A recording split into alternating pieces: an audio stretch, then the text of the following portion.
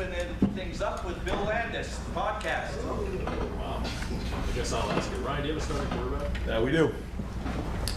Will Howard will start in the first game against Akron. He is our starting quarterback. I think that Chip has done a great job of rolling the quarterbacks from the first day of spring all the way to now. I think we're 12 or 13 practices in here, so you're talking almost 27, 28 practices. And when you take the aggregate of all the numbers, Will graded out significantly ahead of the other guys in the teamwork. And, Devin right now would be the number 2. Now we still have a big scrimmage on Saturday, so these guys are going to continue to work. Julian, Lincoln, Air, they're all going to compete. We're going to try to get as many reps as we can. We are currently still rolling 3 groups, so there's a lot of reps to go around.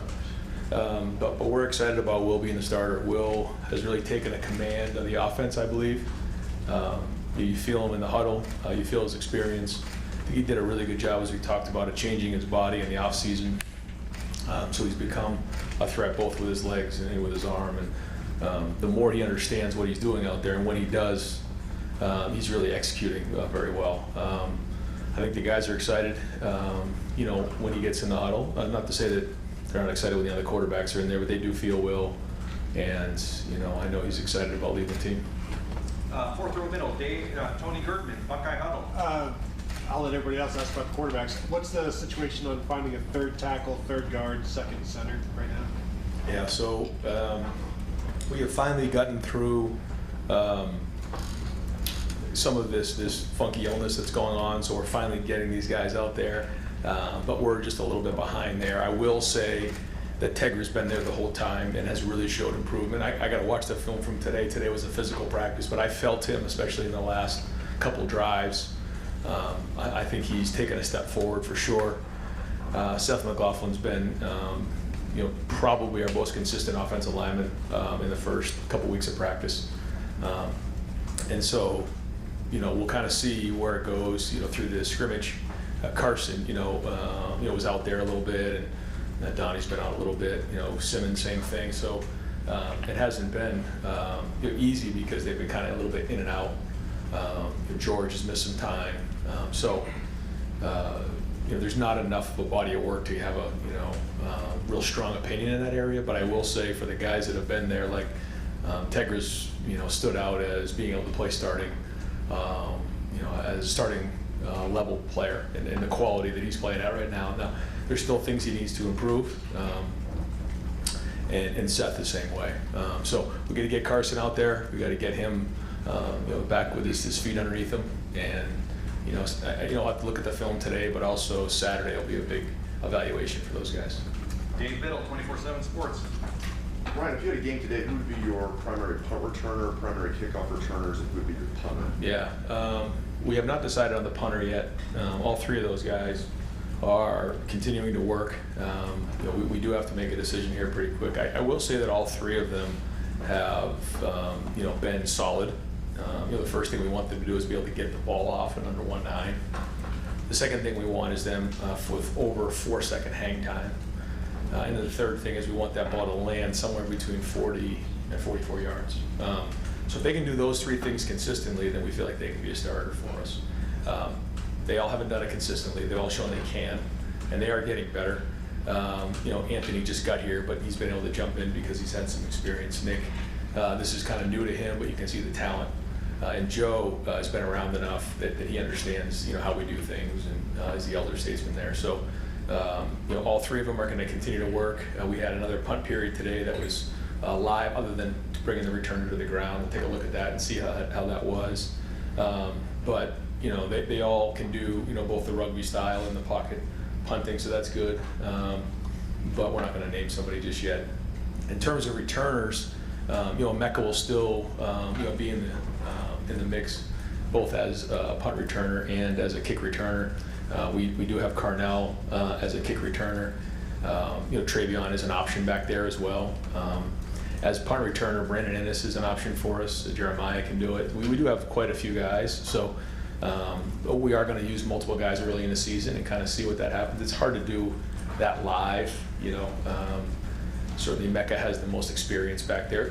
Jaden Ballard has experience as well. So early on, Brian's going to make some decisions on who that would be, get him in the game, and kind of evaluate it over the first couple games. We feel like we do, for the first time in a while, have several guys that we can go to in that area, and we'll use them. Probably use them all early on and see how it goes. But they all deserve an opportunity to have the ball in their hands. They got to be good decision makers. I mean, that's a big part of it now, as you know. Second row middle, Stephen Means, Cleveland.com. You said he significantly graded out ahead of a lot of those guys. Is it just the practice on Saturday? How did you start to see him separate himself over the last A little bit of both. I mean, I think coming off the spring, everything was very new. It was a significant change in terms of scheme and what we ask the quarterback to do. Once he kind of went through the off season, he changed his body and then came in with a much better knowledge of what was going on. You could see him playing faster, his feet were moving, the ball's coming out with more pace. And then I think after the first week, you just start to see him take control, make good decisions. And that's the biggest thing. I mean, we have a good defense this year, so we don't need extraordinary play. I did say this at this time last year, we need someone who's going to take care of the football, make good decisions, make the routine plays routinely. He's got to play well on third down. He's got to play well in the red zone and win the game in a 2-minute drill. I mean, that's what we ask our quarterbacks to do. We have a good surrounding cast around him. And so taking care of the ball is very, very important, but then also scoring touchdowns. And I think all of our quarterbacks this year bring a skill set that they can beat you with their feet, they can beat you with their arm. They got to beat you with their brain too, and that's a big part of it. It's going to be a long season, so we're going to have to get really good at our fastball. We're going to have to be able to change things up as time goes on. Fifth row right, Spencer Holbrook, Letterman Row. Yeah, Brian, what was the message to Devin? Like, how is he handling this? And what do you want to see from him moving forward? Yeah. I met with them this morning, all of them together. I had, Coach Kelly in there and Riley and Billy, and we were all in there. And I just kind of shared with the group that we were going to name Will the starter, and felt like he has separated himself, in particular in the last week to 10 days. That right now that Devin would be the number 2, but that is going to continue to be a competition, especially into camp, because we're not done camp yet. We have a big scrimmage on Saturday, so we'll continue to do that. But Devin, has shown the ability to do just about everything we ask him to do. It's the consistency part and taking care of the football part that he's just got to make sure that he does a great job of moving forward. And if he can do that, then he can play and be a contributor for it. Because I reminded them again, we all know the story of, with Cardell and JT and Braxton. So I also shared with them that Max Duggan, was a backup the year he went to the Heisman Trophy in the first couple of weeks. So, a big part of being a quarterback is resilience and continuing to work. The minute you face a little bit of, an obstacle or resistance along the way, you just got to keep pushing. And we all know the stories of some of the great quarterbacks that have worked through different versions of adversity. So, he had a really good practice today, Devin. Same with the rest of those guys. So they got to keep pushing, and we all know that we're going to need them along the way, and we're going to look to try to get them in the game, early in the season when we can. Third row middle, Dan Hope, 11 Warriors. Ryan, other than Will, who are some of the other players who graded out well in that scrimmage on Saturday? On defense, Arvell Reese really played well. He was the player of the game on defense, and then on offense, Emeka was the player of the game. Had 3 really good touchdown catches. The receivers played well in that game. I don't have all the group, but we did do kind of a mock champions meeting just to make sure that everybody understands what that means, and that's the ultimate goal for each of our guys to grade out a champion. It's the goal of each position coach for their unit to grade out a champion. And if that doesn't happen, they got to figure out why that is. You got to look yourself in the mirror. You got to get to your position coach and figure out why you didn't grade out over 80% in that game. So we'll do that again on Saturday, and then the next one would obviously be against Akron. But those were the guys who flashed. There were other guys who graded out champions. I think if I say one, I'm going to forget the rest of them. So there were a handful, but I think some of the position coaches were going to grade difficult in this one to make sure they understand that we all got a long way to go. Austin Ward's podcast, Dot in the I's. Is there a world where Segra is the starting right guard and the third tackle? Yeah, but we're trying to keep Tegra at guard right now and let him master that. I think it is hard when you go, especially somebody who hasn't played a ton of football, bouncing back and forth. I will say that Zen has shown some signs. He really has, and so we're hoping that we can find the third tackle from the tackles that we have. George has been out for a while, so it's been hard to get him going. One guy that has flashed that's kind of gone back and forth and has played some tackle is Austin Sareveld. He's really shown some good signs, and hopefully, this moving from guard to tackle can pay off for him down the road.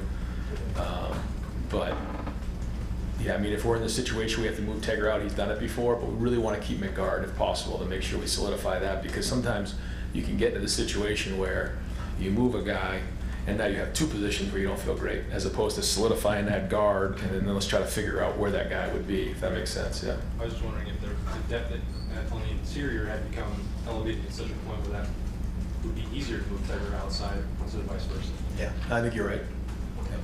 Joey Kaufman, Columbus Dispatch. And this is the earliest point, I think, in August. You've named the starting quarterback typically that goes through the season after you've broken camp. Doing it at this point, over 2 weeks for the opener, is there any advantage to it? What do you just see how that maybe changes things for your team?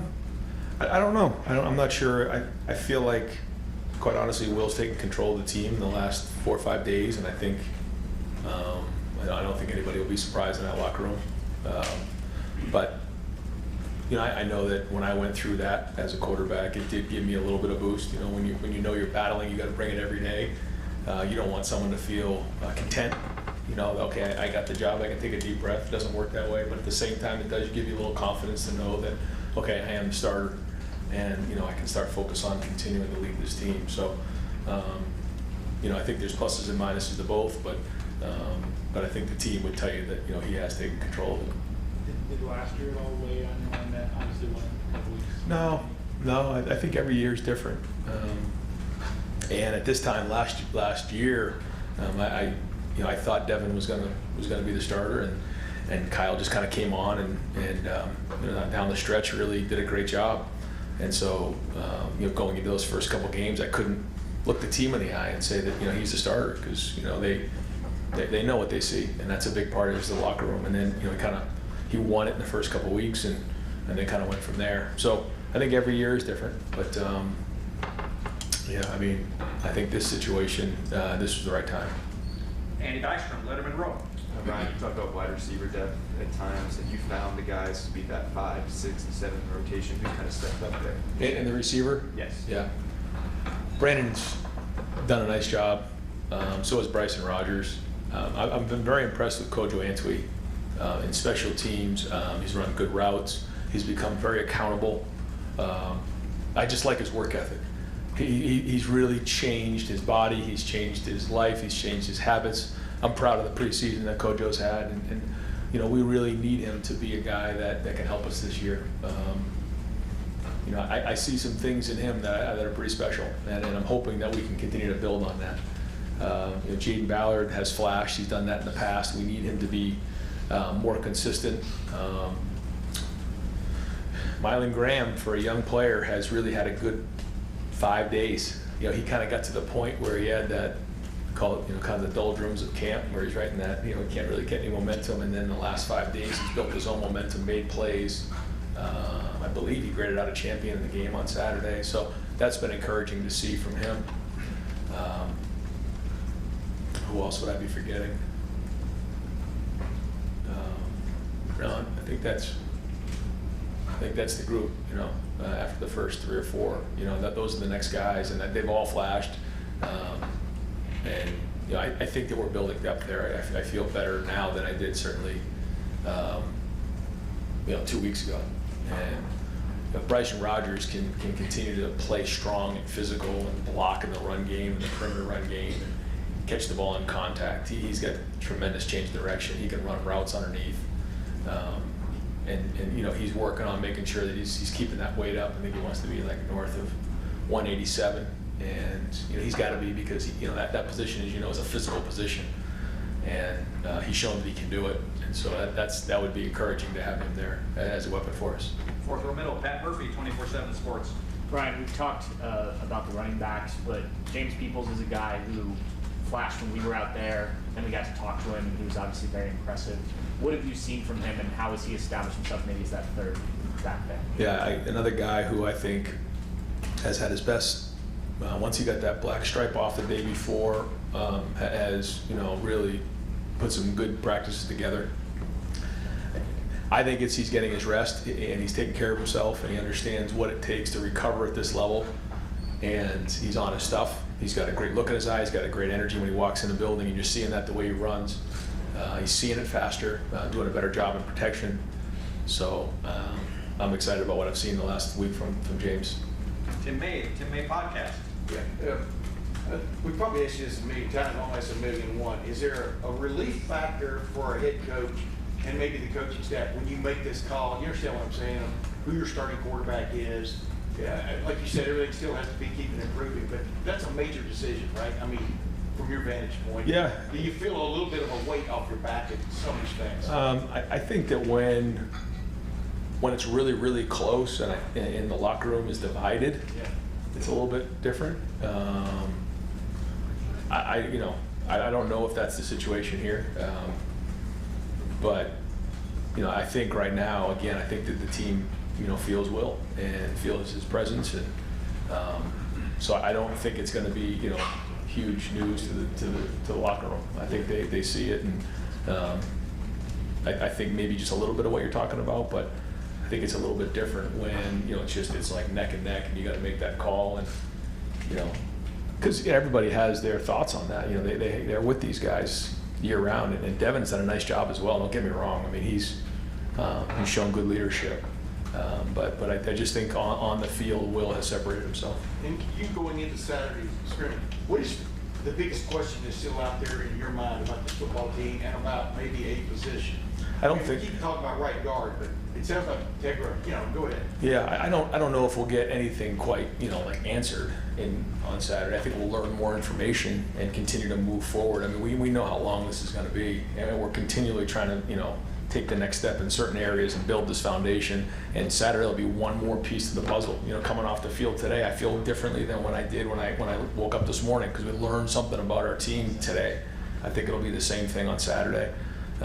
Will there be some positions won? Probably. Yeah, I don't know exactly who and where and how that looks, but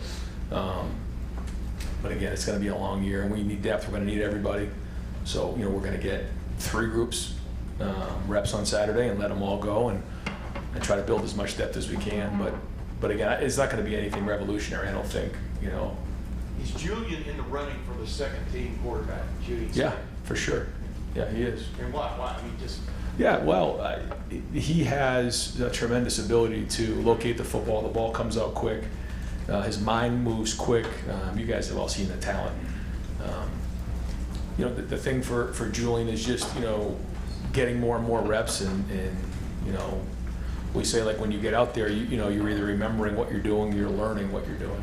And, for him, a lot of times, he's still learning out there. He's trying to figure it out, and it's a little bit different than where he came from in terms of a jump from high school to college, but you see the talent, and the faster he learns, the faster he's getting it on the field. He's going to play a lot of football at Ohio State, and when he gets on the field is going to be up to him. Far left, Joe Nugent, WCMH. With staff now being able to coach the players on the practice field this camp, how have you seen that play out? How has it been beneficial? It brings a different energy to the field, because in the past, those folks could really coach the coaches, and they were out there, but they couldn't coach the players tactically or schematically. Now they can, and now it's good, because if I see someone standing around, I'm like, what are you doing? Like, you got to go coach, go. Like, anybody can stand there with their arms folded. You got to coach and bring energy and bring something to the field and inspire and motivate the players. So that's been really, really good. That part's been excellent. And I think our guys have embraced it, and I think the position coaches have allowed them the opportunity to, for those who deserve it, to take some guys in a one-off situation and spend extra time with them, especially the young players.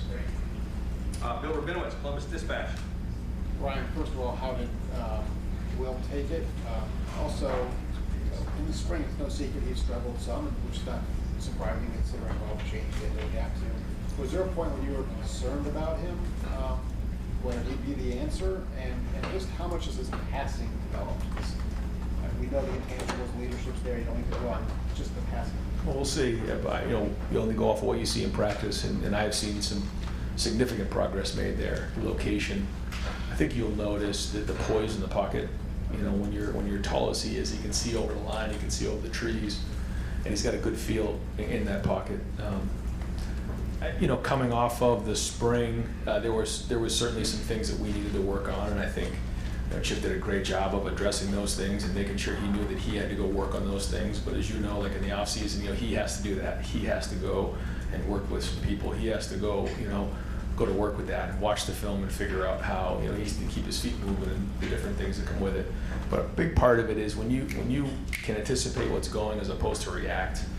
It's all the difference in the world, and he has a better handle on it. And a big part of that is the work ethic he has put in. If he comes in early, he puts work in. He studies the film. He understands what the schemes are. He understands the structure of the route combinations, and he's done a good job in the run game. He is the run game coordinator. Chip would tell you that. Like, that's a big part of it. And when you're in this offense, you're making a decision every single play at quarterback. There's very few times where you just hand the ball off and can take a deep breath. We try to do that every now and again, but it's a lot, and he can handle it, and he's done a good job of making sure that he's prepared for the preseason, and it's showing. Yeah, he was seemed to be excited, but we were in the room with the other quarterback, so he wasn't going to jump up and down in front of them. But I assume he was excited. But we have to ask him. We got this, folks. I'm sorry, we got time for just one more. Doug Lamereese, Kings of the North. Where do you stand with your tight ends right now? How do you feel about your ability to play 12 personnel when you want to? I think our tight ends have made progress. Will Kazmarek has shown the ability to be durable, be accountable, to play in the pass game, to play in the run game. G's been in and out a little bit. I think Jelani Thurman is somebody that we need to continue to improve. He has the ability. He has the competitiveness. I love being around him on the field. He's just got a great way about him. He's learning how to continue to finish. There's a couple of clips that we showed the team the other day of him finishing down the field and playing hard, continuing to be focused on his job and knowing exactly what to do when he's on the field. Playing tight end is not easy. Certainly not easy anywhere you play, but certainly not easy at Ohio State. I've said this all the time. You got to run routes like a receiver. You got to block like an offensive lineman. And you got to protect like a running back. And after the quarterback, that what we ask our tight ends to do, there's a lot that's involved with it mentally. And it isn't just that part of it. You got to know what to do, but then it's also just the wear and tear of the position and being able to sustain. He's run some really good routes, in particular in the red zone. He can win against man-to-man. He's got good length. But he needs to keep coming. He's not quite there yet, but we're excited about where he's going. Pat Gerd has been a solid player for us. He is going to get on the field. Bennett Christian's probably played his best football since he's been here in the last week. I'm excited about that. But we got to keep going. We got a long way to go, but there is some positive momentum in that room. And with your two main running backs, are you guys still formulating exactly, once you get to the season, how you want to rotate them, series to season, series, situational, red zone? Like, are you still working on that, or do you have an idea? Yeah, we're still working on it. I talked to Locke the other day. He's got some ideas on that, but yeah, we are still working on it, and I think we're getting an idea of what their strengths are. But ultimately, we're going to roll them, and it's going to be a long season. They're both going to get a lot of carries.